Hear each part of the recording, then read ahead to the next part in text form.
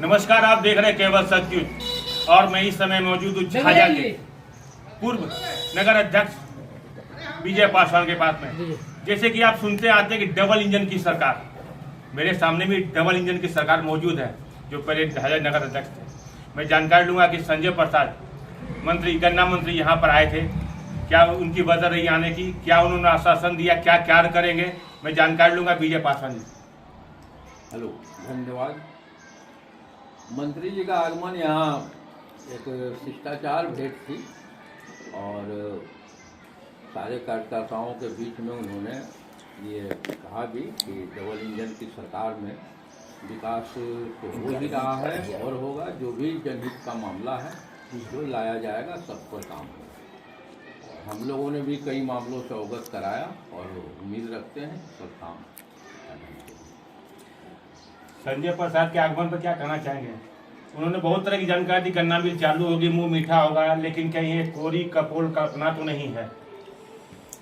मेरा नाम छेदी पासवान हुआ।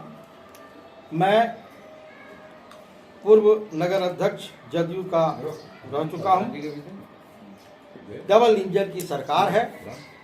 संजय प्रसाद जी ने आश्वासन दिए कि डबल इंजन की सरकार में, माननीय मुख्यमंत्री नीतीश कुमार के सरकार में, हमारे केंद्रीय मंत्री चिराग जी के मंत्री के क्रियाकलाप में आश्वासन दिए कि विकास पर का काम हो रहा है और प्रयास किया जा रहा है, रोजगार पर भी, और जो भी दिक्कत है उसको पूर्ण रूप से और आगे क्रियाकलाप और काम और विकास दूर किया जाएगा।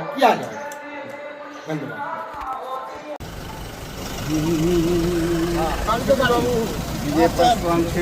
अरे तो एक दो महीना से चेयरमैन साहब से, उसके बाद पूर्व नगर अध्यक्ष जदयू का छेदी पासवान। चलिए बोरे इनको खबर किए, तो खबर हुई है क्या? बलजीत को फोन किए, बलजीत तो बोल रहे क्यों? पहला खबर तो हमको बोले जरा कोरोना पर भैया आपका संजय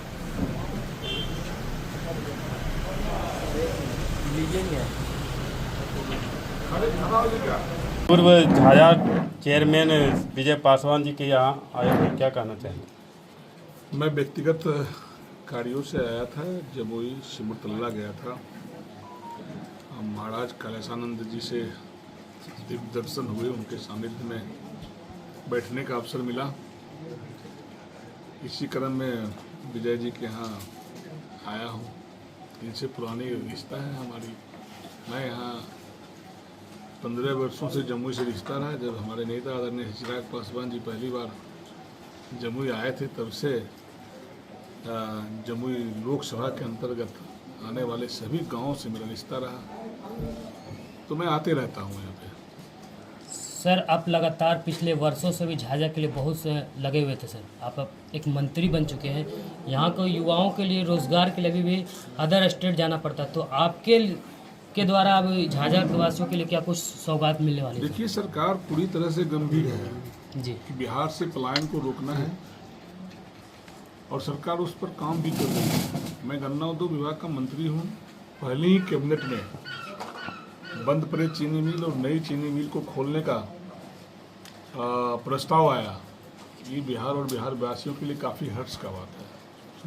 देश के यशस्वी प्रधानमंत्री आदरणीय नरेंद्र मोदी जी ने कहा था, मन से कहा था उन्होंने कि बंद पड़े चीनी मिल जब खुलेंगे, उनसे चीनी जब उत्पादन के मुख्यमंत्री आदरणीय नीतीश कुमार जी ने कई मंचों से बोला और उस पर काम भी चल रहा है। तो बिहार से पलायन को रोकना है। जनता ने इतना जनाधार दिया है बड़ा एनडीए को, तो निश्चित रूप से सरकार गंभीर है। 1 करोड़ युवाओं को रोजगार देना है, नौकरियां देना है, उद्योग को बढ़ावा देना है, निश्चित रूप से पलायन को रोकना है, युवाओं को ज़्यादा से ज़्यादा रोजगार के अवसर मिले, इस पर सरकार काम कर रही है। सर, चुनाव के समय में आप भी प्रचार हैं, तालाब का सौंदर्यीकरण के लिए बात कहे थे कि जीत के जाएंगे तो तालाब सौंदर्यीकरण करेंगे, लेकिन संसद जी तो लापता रहते हैं ना। संसद जी तो कल भी थे, बस फोटो खिंचाने के लिए आते हैं। सर, विपक्ष का कहना है कि आते हैं, फोटो खिंचाते हैं। ना देखिए, हम लोग के बीच में थे, लेकिन कुछ हंगामा भी हुआ था यहाँ पर उत्तराखंड पुलिस और उनके बॉडीगार्ड के साथ में।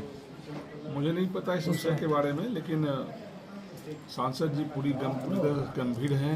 क्षेत्र को विकास को लेकर लगातार मैं सोशल मीडिया और मैं देखता रहता हूं कि विभिन्न विभाग के मंत्री से मिलते रहते हैं।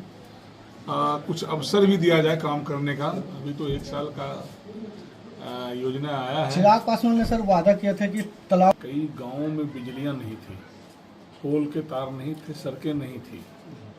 सड़कें भी बने, पोल के तार भी लगे। उनके द्वारा दिया गया हर गांव में, हर वार्ड में लाइट भी लगे। विकास के कार्य हुए, ट्रेनें भी रुकने लगे, सौंदर्यीकरण हुआ, मेडिकल कॉलेज भी आए। आदरणीय नेता श्री चिराग पासवान जी की वजह से आए।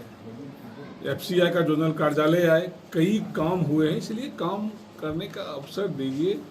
हम पहली बार विधायक बने, मंत्री बने, 78 साल बाद कोई गैर राजनीतिक दल वहाँ से विधायक चुनकर आया है। 78 साल बाद कोई वहाँ मंत्री बना है।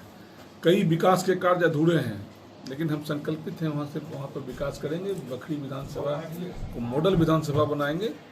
आने वाले वर्षों, चूँकि डबल इंजन की सरकार है, हमको साधन भी मिलेंगे, हम काम भी करेंगे। इच्छा शक्ति होनी चाहिए काम करने का। सर झाझा रेल नगरी चाहे कितने रसूख वाले हैं, चाहे कितने उनके हैं पहुंच होंगे, बच नहीं पाएंगे। इस सरकार में अगर अपराध करते हैं तो अपराधी का एनकाउंटर भी होता है। सर का आखिरी सवाल है सर। जहाँ पर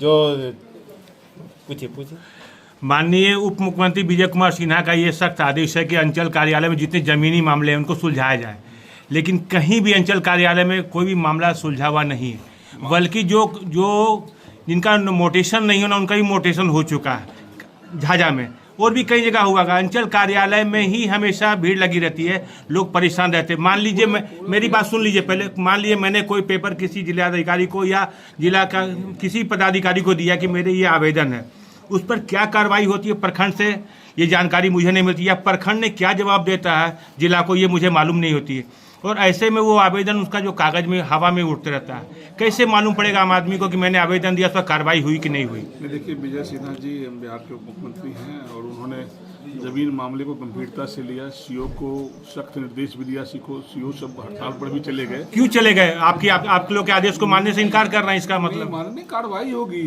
इस सरकार में। अगर आप सबूत देंगे तो अगला आदमी बचेंगे भी नहीं।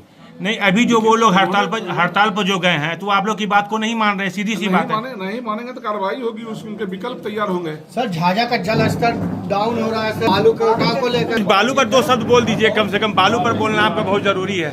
बालू के ऊपर में 2 शब्द बोल दीजिए। यहाँ का इसके देखिए, इसमें हमारे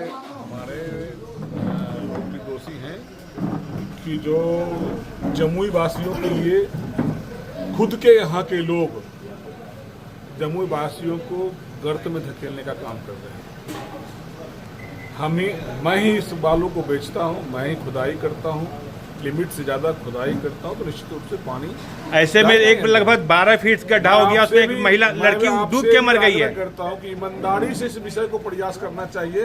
इस विषय को आपके माध्यम से सरकार तक जाना चाहिए खबर। मैंने एक बड़ी पदाधिकारी को जानकारी दी बालू के बारे में। उन्होंने कहा कि मुझे भी आदेश नहीं है। जहां भालू माफिया लोग जाते हैं वहां पर भू खनन वाले जाएंगे, वो खाएंगे तब मैं जाऊंगा।